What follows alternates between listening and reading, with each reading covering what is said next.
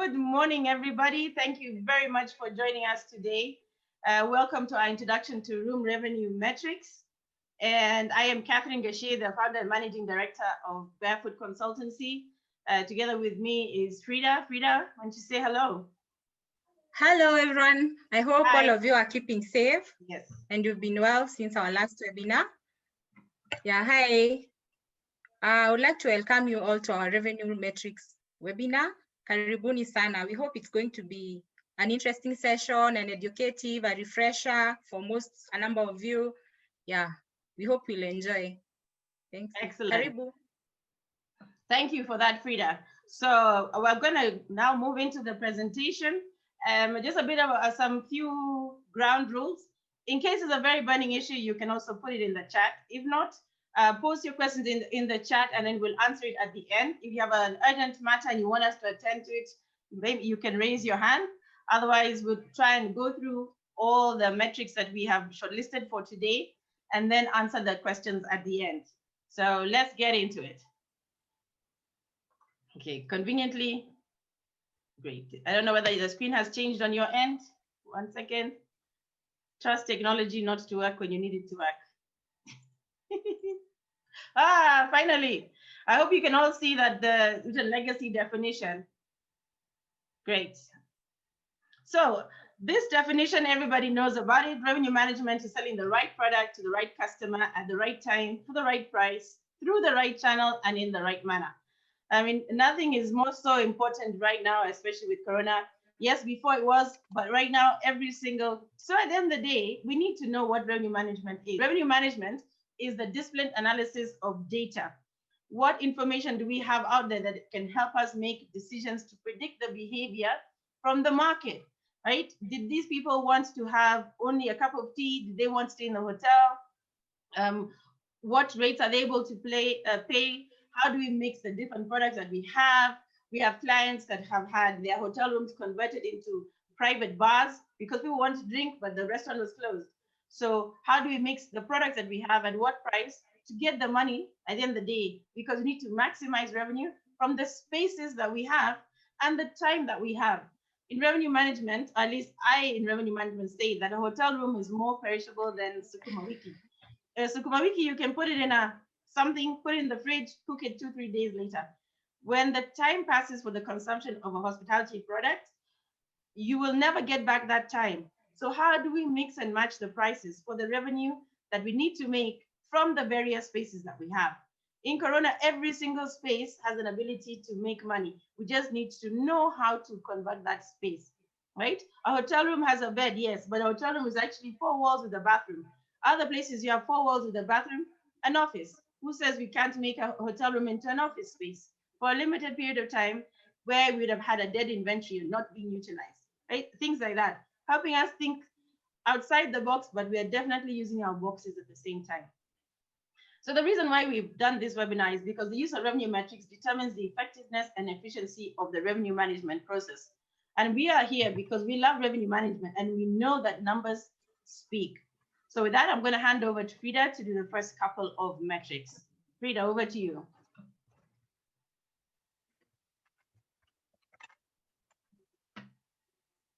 Frida, is everything okay?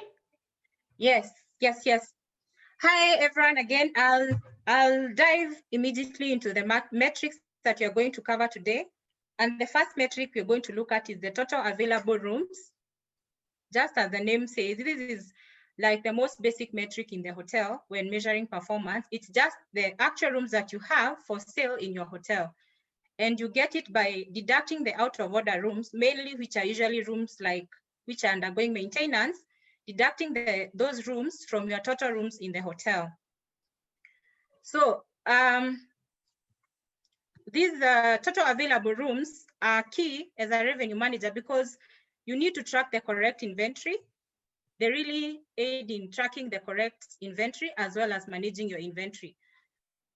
Because proper inventory management has financial implications to your hotel. You need to know how you're going to distribute your rooms to the various distribution channels and how many rooms per channel. Also, if this metric is not correctly captured, you're going to go wrong on all the other preceding metrics that we are going to cover today. For instance, like from our example, if your hotel has 100 rooms and your budget was done on 100 rooms, and in the course of the year, let's say you get 10 out of order rooms, maybe they're undergoing maintenance. Those 10 out of order rooms should be captured correctly in your PMS or in your system or whichever you use to track your occupancy. If you don't track that correctly, for a day, for instance, when you have 50 rooms occupied and you use the 100 rooms to calculate your occupancy will be 50%. But actually on the ground, your occupancy should be 56% because you should calculate that on your 90 rooms, but not the 100 rooms. So if you don't capture that correctly, you will end up failing in most of the other matrices. Hence, you report wrongly, you won't make informed decisions, because as we know, as a revenue person, your decisions should be based on this data from these matrices. So also, you should, like from your forecasting, you should be able to know the your total actual demand that you expect at a future date, at a future week or month. And in the process, if you realize that maybe you are short of availability with a few rooms, but you still have rooms out of order, you could use that as a business case to ensure that your maintenance guys fix the out of order and they bring back the out of order rooms to your inventory. Yeah, and it goes without saying that, sorry, like for bookings, definitely you need to know the number of rooms so that you know what you're going to take as a booking is a group and what you're going to reject as a revenue manager. And ultimately, total available rooms will help you in determining all the other matrices, so ensure it's as accurate as possible, yeah, in the PMS. Our next metric is hotel occupancy rate. This is also part of the basic matrices you have in the hotel, and it's basically the percentage of paid rooms during a specified period.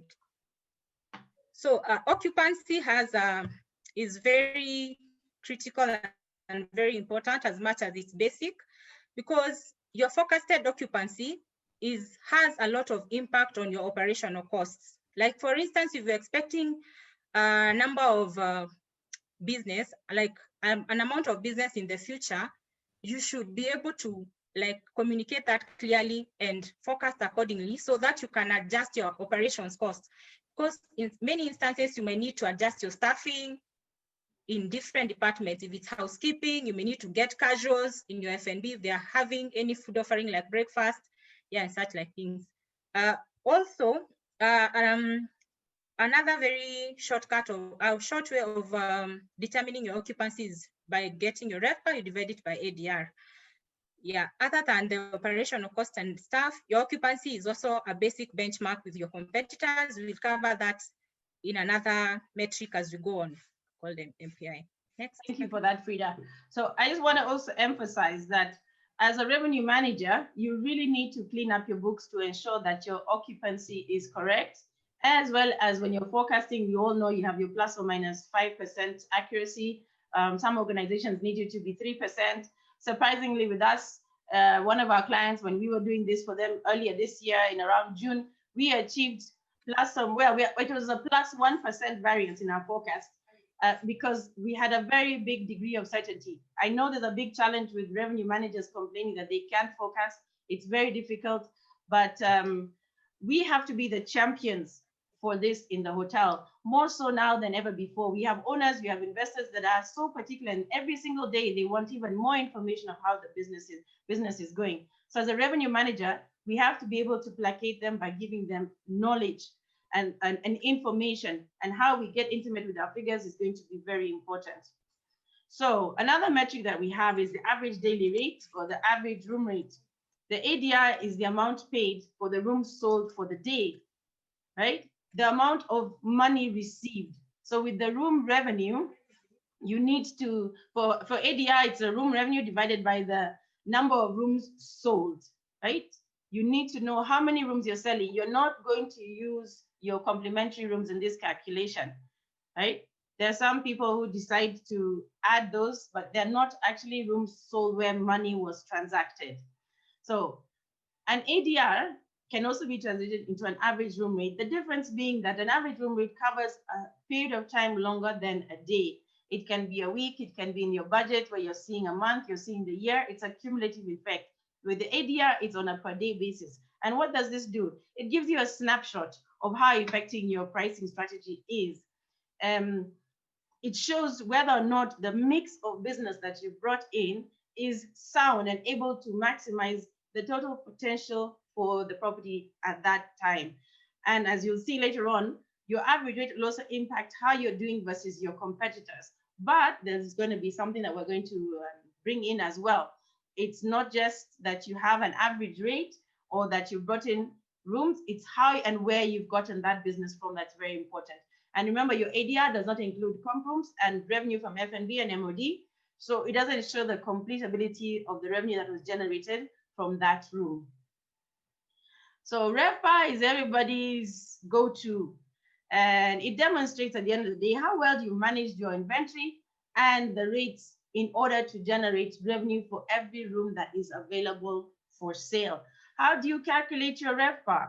It's the total room revenue divided by number of rooms available for sale. So again, this comes back to our very first metric. If your revenue for the rooms, the rooms available for sale is not correctly tracked, you will underreport your RevPAR, or you could over-report it subject to how you've calculated your total number of rooms. So your basis of performance needs to be clear from the word go. So then also a quick way to calculate your RevPAR is your occupancy times ADR. So as a revenue manager, right from the beginning, remember your occupancy needs to be cleaned. You need to clean up your reservations. You need to have your forward booking sorted out. If you're having groups, you need to make sure that they've paid and have a cutoff. As cutoff approaches, you need to clean up your books.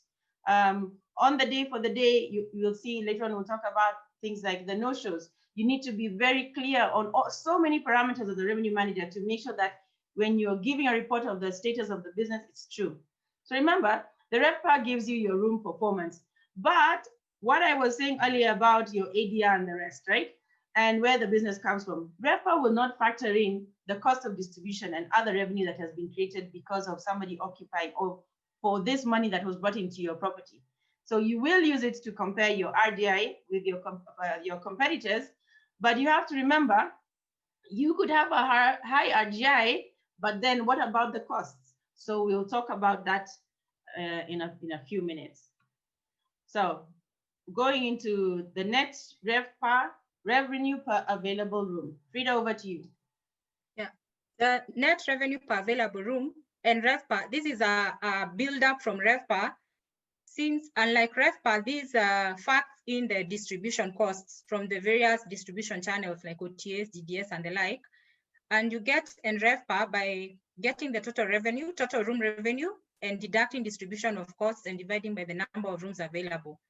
This mainly helps you monitor distribution costs and the channel mix. It will really help you be able to harness those channels that are mostly producing for you at the least cost. And currently we know during this time is mostly the direct bookings that you're getting from our websites. So this is a very great guide on that. However, as you've seen, most of these metrics, they go like building on each other to come up with the holistic solution. Net RevPAR still doesn't give us the holistic measurement of performance because it has still not covered the other revenues that the rooms are able to generate from the hotel. So we'll move to the next one. Okay, I'm trying to move to the next one. There we go. Total revenue per available room, which is RevPAR, a measure of total revenue per available room, taking in consideration all the revenue centers.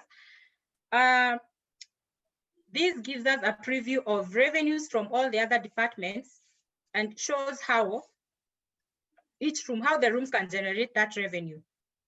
TRevPAR, unlike RevPAR, covers all the total revenue. So it's we won't say holistic, but it's a great metric as compared to RevPAR to use to measure performance, because it gives us a broader view of the hotel performance, because it's showing us all the other revenue centers.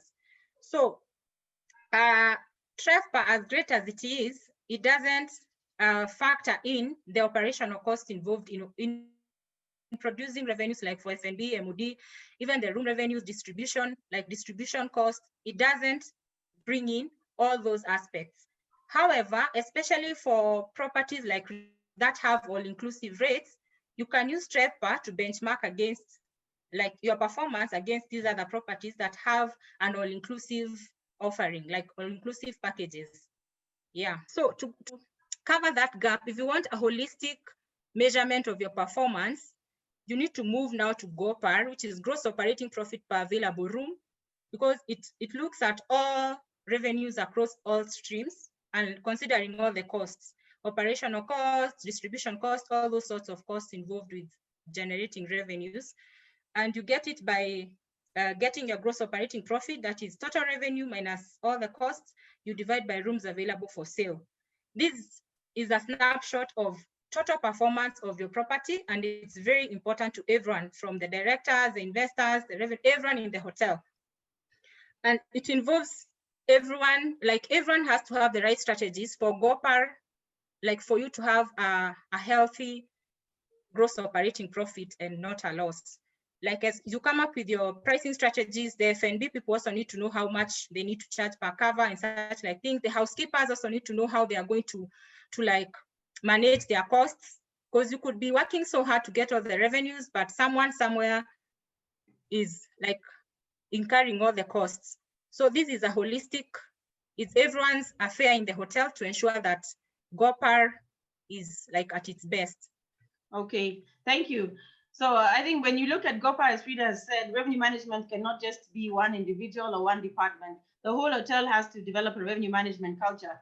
You don't want somebody pouring down the loo a whole bottle of cleaning fluid, and you're the only, you're trying to make money, but somebody is literally pouring down all the revenue down the toilet. So revenue management has to be a holistic endeavor. The whole organization needs to have it. Okay, so revenue management looks at your pricing structure, how you're managing your inventory, and as well as cost. So the market penetration index also is now where we come with using our occupancy and comparing ourselves versus our competitors. What happens is that our hotel has an occupancy, but we are comparing it according to a certain number of defined properties around us or nearby. Usually we deal with 5 or 6 competitors, and remember, so you get the average occupancy with yourself included in the competitive set. Then you have your occupancy divided by that market occupancy in order for you to get your market penetration index or your occupancy penetration index. It shows how much of the market you've been able to get. Are you getting your fair share or not? If by the time you do this calculation, you find you're getting more than 100, you're getting more than your fair share, you're getting more guests than your competitors. If you're getting less, that means either you have to look at either your pricing strategy or even your marketing strategy, or what did your competitors get which you didn't get? Why are they performing better than you? You have to deep dive and ask across the board, your sales team, your marketing, your reservations. You look online. Are you optimized online for direct? Do you have a booking engine in your or not? What is your pricing strategy on the internet? How are you able to capture bookings in advance? Then your average rate also compares your hotel's rate with your competitive market average rate. And it really helps determine by looking at it. Again, the same indicator, if you have after this calculation, if your index is above 100, you're getting a better rate than your competitors. But is this then affecting your occupancy or your overall revenue? To determine that, you have to now look at the next stage, which is your revenue generation index, your RevPAR. And your RevPAR yield index is your hotel's RevPAR versus your market's RevPAR times 100. So once again, how are you balancing your pricing strategy and your inventory strategy? How is this all working out for you? If you have a rate above 100, it means that you've gotten a very good mix of pricing and a very good mix of occupancy. If your revenue generation index is below 100, you have to look at whether it was your occupancy matter or your average rate issue. Were you charging too high, which turned away? Or were you charging too low, and then you got occupancy, but you didn't necessarily get it the right rate, right? Or, I mean, there's various other mixes. Maybe you just didn't market right? You need to dive in. You need to ask very, very many questions. And you're not the only one to investigate. It's using the sales, it's using your marketing, using your whole reservations department. Everybody has to be involved in analyzing this information, championed by the revenue manager. So remember, at the same time, you could have a high revenue generation index, but RGI does not factor in distribution costs, as we mentioned earlier. So you could have higher revenue coming in, but you also have higher costs than your competitors. So as a revenue manager, the cost per channel need to be very clearly known.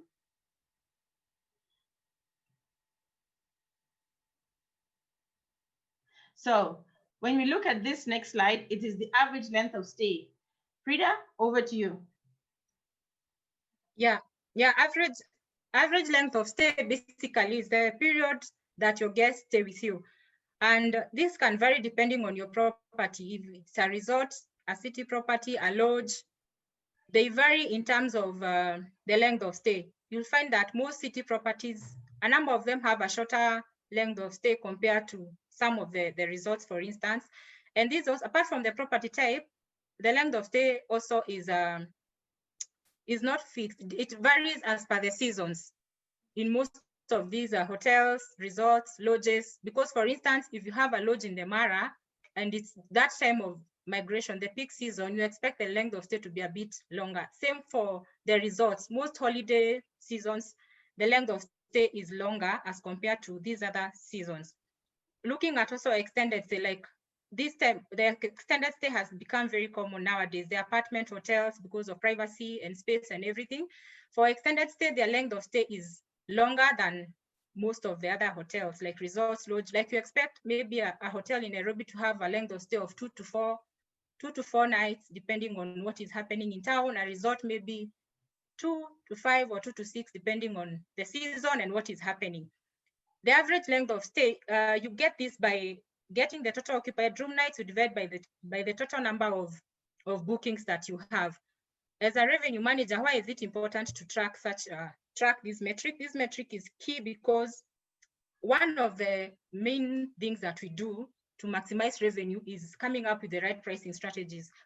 As you come up with the pricing strategies, you may decide to come up with packages, and one of the packages could be length of stay promotion and such like things. For instance, if your length of stay is like 5 nights, you should consider coming up with a length of stay package that further makes your length of stay longer, because it's to your profit and also minimizes on cost. So we also look at pickup being a very important matter to track. So one of the key things the revenue manager needs to do is to understand how the business is behaving. And in this new normal, as far in advance as possible, knowing the behavior of the business so as to give certainty and assurance to the owners, to the general manager, whom I know your general managers must be knocking on your door all the time. So tracking your business as far in advance as possible is going to be very important.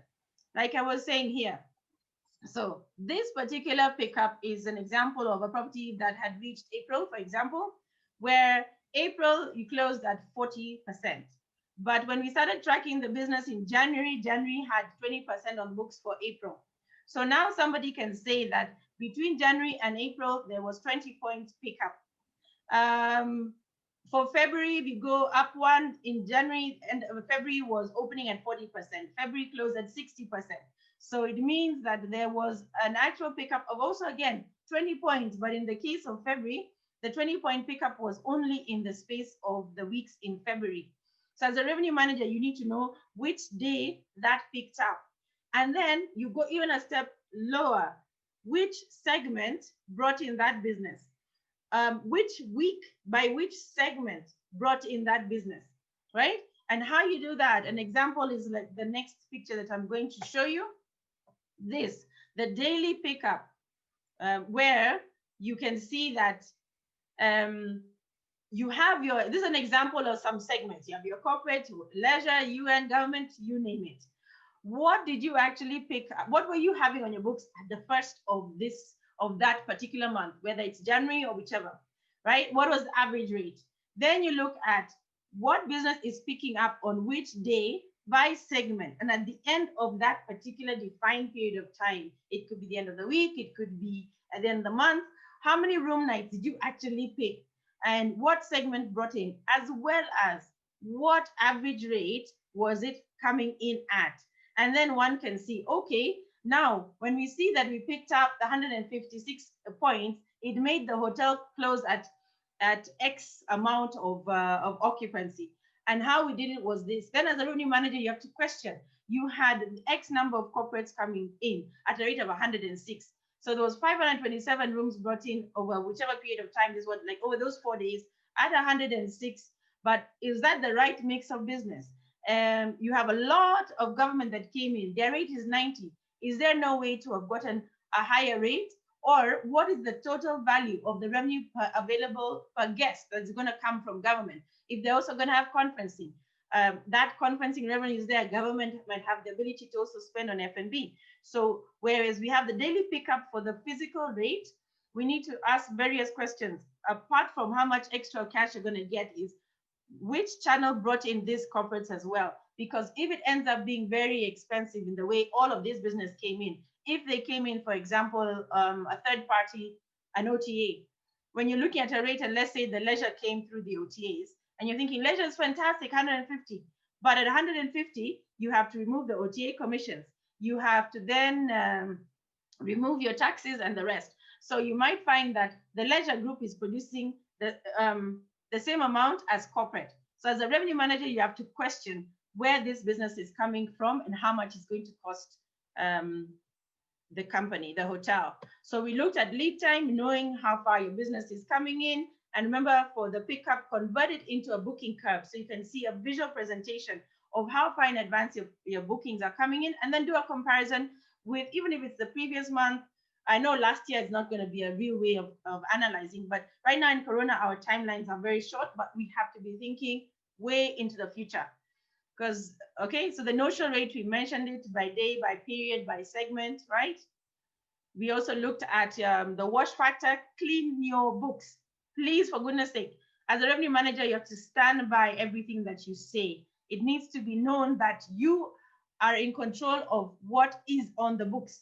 Your response to finance saying that we have X occupancy and X amount of business, or even to HR knowing, they will make strategic decisions. As Frida had mentioned earlier, if the occupancy is not cleaned up and you project a high occupancy, HR is going to go and either bring back people who were away, bring in some casuals and the rest.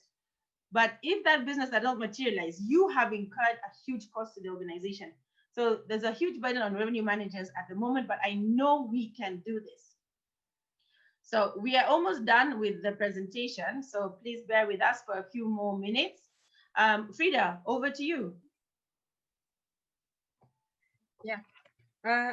Our next metric is marketing cost per booking, MCPB, which captures your production versus the cost of each channel. This is it sounds like a hectic process because you have to capture production from each and every channel and then deduct the distribution costs. But it's a very important aspect of, especially for a revenue manager, because you could be getting a lot of bookings from agents like OTAs, other agents, TATO and everywhere. And that will make you feel like you're performing very well because you have a lot of bookings per day from these agents. But when you do the calculations and the returns on those bookings, you might find out that you're actually not making anything, and your gross operating profit is, when you go back now to GoPar, you'll be impacting the rooms part by not considering the cost of distribution. So this is also a key metric in and then I also like to jump in there. We've been analyzing several hotels, and we've seen that in their direct booking strategy, they have decided to adopt certain policies that if to overcome this issue that has been mentioned here about the cost, right? If you have an OTA that's charging you 20%, and the actual rate you are going to get after all the costs was going to be probably $60 or $70, right?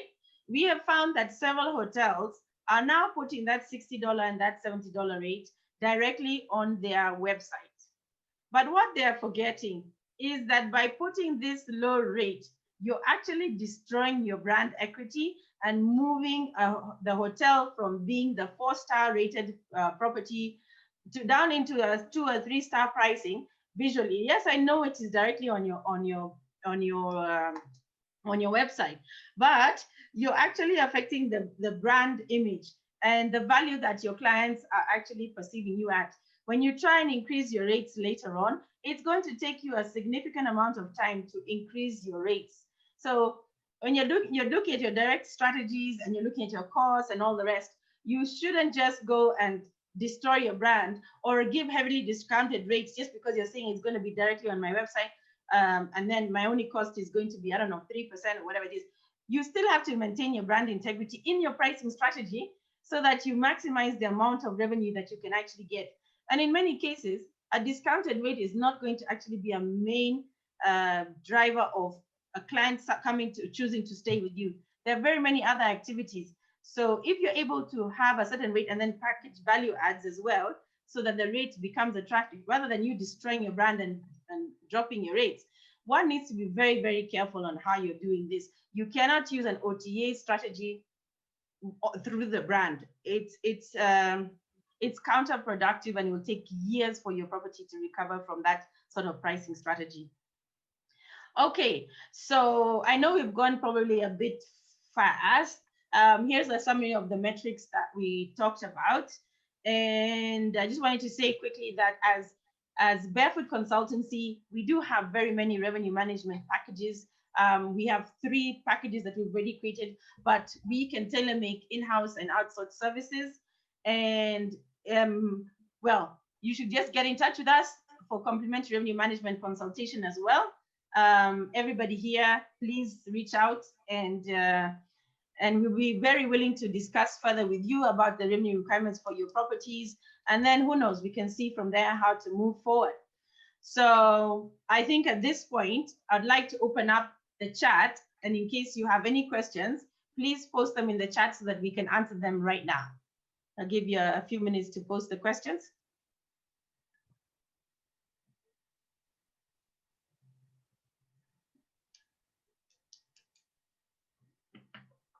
Is there any section that perhaps was not clear? Do we need to go back over any particular point, any of these metrics? Julius, are you there with us?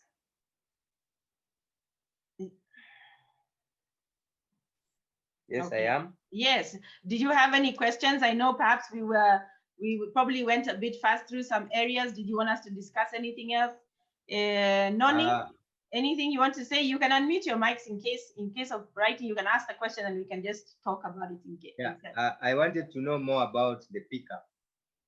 Okay, so the pickup is, I mean, if I can even go to that page, is looking at your business and getting a way of tracking the trends of how your business is behaving so that you can see how the business is going to behave, right? How the business is coming into the hotel, when it is coming into the hotel, and what are the main drivers, what are the main segments bringing in the business. Okay, so let's look at the first one.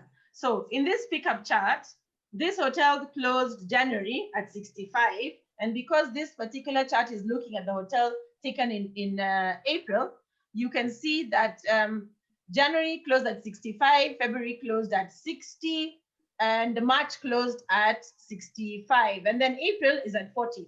But where this tracking started was from January. So you can see between April picked up, from January it was 20, then 26, then 30, then it closed at 40. So this property picked up 20 points from the beginning of the year to the actual closing of the month.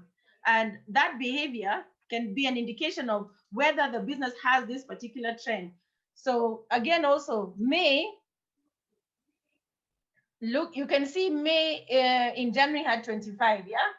But by April, on the books in May, had 45, right? And you can see that the previous months, apart from April, January, February, and March, the hotel was closing around 65, 60. So this hotel looks like May is going to be on track to close at 65, right? Or even at 60. But one needs to now question, what is it going to take if on average in a month, a hotel is picking up 5 points or 4 points, or in some cases, there must have been a very huge group that suddenly materialized in March, a business that was being tracked to close, jump from 30 at the end of February to close at 65. So one has to be able to understand the business and explain it, where there's anomalies or where there's actually a trend, so that you can comfortably say, I know in January, I'm going to open, or in February, we're opening, yes, at 40, but we are going to close at 60. I know this hotel is going to pick up 20. And then how do you know that? Because you end up tracking now, if you look at this one also, you can track at the pace of down to the actual segments that are causing this same bulk pickup. When you're closing at 65 or 60 and all that, who did that? When did they do that? How much did you start the month? How much did you close? And then by day and then by segment. A revenue manager needs to have information here and knows exactly. Now the next step would be which corporate has produced that business. And then when it doesn't materialize or it materializes, you as a revenue manager need to go to sales and say, hey, you guys, you told me that you are going to actually bring in business from these guys, right? We see that this company didn't, but this one. So what happened to all this production? Right? You can literally question the business to such a minor detail. Remember the definition. We are talking about the market, understanding the market behavior. And now by going by segment, you're even trying to do micro market. And with Corona, whereas before we could have had maybe no leisure segments in the city, now suddenly leisure becomes a segment because we're looking at staycations, right? We're looking at before in the coast or in South Coast, no or very little domestic market. Now there's no international tour arrivals or fixed arrivals, there is domestic leisure. How are we talking about it? When are we talking about it? We have a client that decided to adjust their pricing strategy in order to meet the trends which they had identified by doing something like this. So they ended up having a lower rate during the week because all of a sudden they realized domestic market is coming on from Thursday to Sunday. So Thursday to Sunday, they are having their higher rates. Then they're looking at closing in the 70% now by adjusting their pricing strategy. But you have to be very critical in analyzing this. Is that okay, Julius? Sawa, asante. So, Mark Yabe, dealing with OTAs, do you advise limiting inventory at different periods, seasons in a year? Absolutely. When you are on the ground getting full, or you anticipate being full, where one of the things we didn't necessarily put on this presentation was having a very clear demand calendar showing your low, medium, high, or even city high, hotel high times, right? The more in advance you have this information, the more you're able to even limit your third-party distribution, which ends up being very expensive. You could even say that at a certain point, you're only going to have on your website the rooms that are available for sale, or even at your front desk, or the OTAs, you remove certain room types from them, or you have, let's say, if you are unsure about your cancellations and no-shows, you can maintain certain number of rooms on your OTAs, but monitor it very closely. As you get full, you want direct to be your main channel because direct is very cheap. I think there's some local engines that allow you to do about 3% or 2.5 is a cost for a booking, right? Imagine 2.5% versus 15 or 20% from a third party, right? So deliberately managing your availability. And then remember, when you have rates that are lower from direct, they have to be fenced because you want to make sure you have rate parity. And remember the definition, we said you need to analyze behavior. So a reduction in rate should benefit a particular behavior of a guest or a potential guest, which means, like Frida talked about packages, you want to benefit a behavior that this client wants satisfied by your property. And the behavior is, I would like to stay a little bit longer. Sure, why don't you book this? Stay 6, pay 5, but you book it directly on our website so that you don't conflict with your lower or discounted pricing strategy on your website. And then your OTAs then start complaining that rate parity is a mess. So rate parity is definitely an issue that needs to be tracked. And I hope that is clear, Mark. Yes, Catherine, thank you. Thank you very much. You're welcome. Noni, kindly explain more on the wash factor. Okay, so on the wash factor, what we have is how you're cleaning up your groups. Okay, so the tricky thing is you have to really, really know your groups. in the example of a lodge or the coast or even corporate booking here in the city, there are some groups that that continuously ask you for a block of maybe 20, right, or 50, and then you know that this 50 is actually going to come down to 30, right? But in case it increases, you probably need some leeway on either side. But if you have a certainty that a tour operator keeps on reducing the block, they have a block of 10 and it comes 6 or it comes 4, why should you put that block in totality in your system? So whenever you have a block that ends up being a trend, or you can have a trend either from a company level or from a segment level, right? You can determine your group block was 50. The actual block that came is 40. So the number that didn't come is 10. So 10 over 50 gives you that you have how much percent? 20%. Your block cleans up by 20%. So you can technically put 20% less of that group in your system, but be very sure that you understand that in case more come, you have to find rooms for them at your property or book out other people if you're going to be full. So it's a very tricky issue, but you have to be able to put very clean business in your books. You cannot forecast you're going to be 80% on unclean group blocks. That is like revenue management. Oh gosh, it's a disaster, right? You have to be very clean. Noni, does that explain it? Yes, it does. Okay. Anybody else with a Thank question? you. Sorry, go ahead, Noni. I said thank you. You're welcome. All right. So I think if that is it for now, Frida, any passing shots, any passing words to conclude? Oh, nothing much. But in case you have a question later, feel free to contact us directly via our contacts of our social media, and you're going to interact further past this webinar. Yeah. Yes. In case there's anything that, yeah. Yeah. So in case you need to get in touch with us, these are our details. And thank you so much. I'm sorry for the break earlier, but we'll make sure next time everything goes smoothly. If you'd like this presentation, can you, Mark, yes. So can we send you the presentation?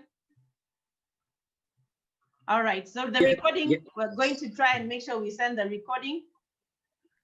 And yes. And in case you miss it, sorry, Kathy, in case you miss the recording as well, you can also check it out on our YouTube channel, which is Barefoot Consultancy Limited. Yeah, in the next couple of days. Excellent. All right, so I can see there's a late comer. Chris, thank you for joining us. However, we've reached the end of our webinar.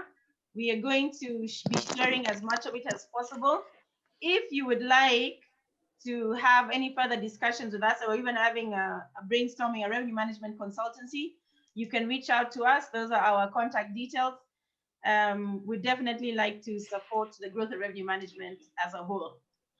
Okay, Julius, in case of anything, give us a call. Noni, feel free, and everybody on Tisana. And I'd like to now end the webinar. Thank you. Bye. See you next time. Bye. Thank you. Bye-bye. Bye.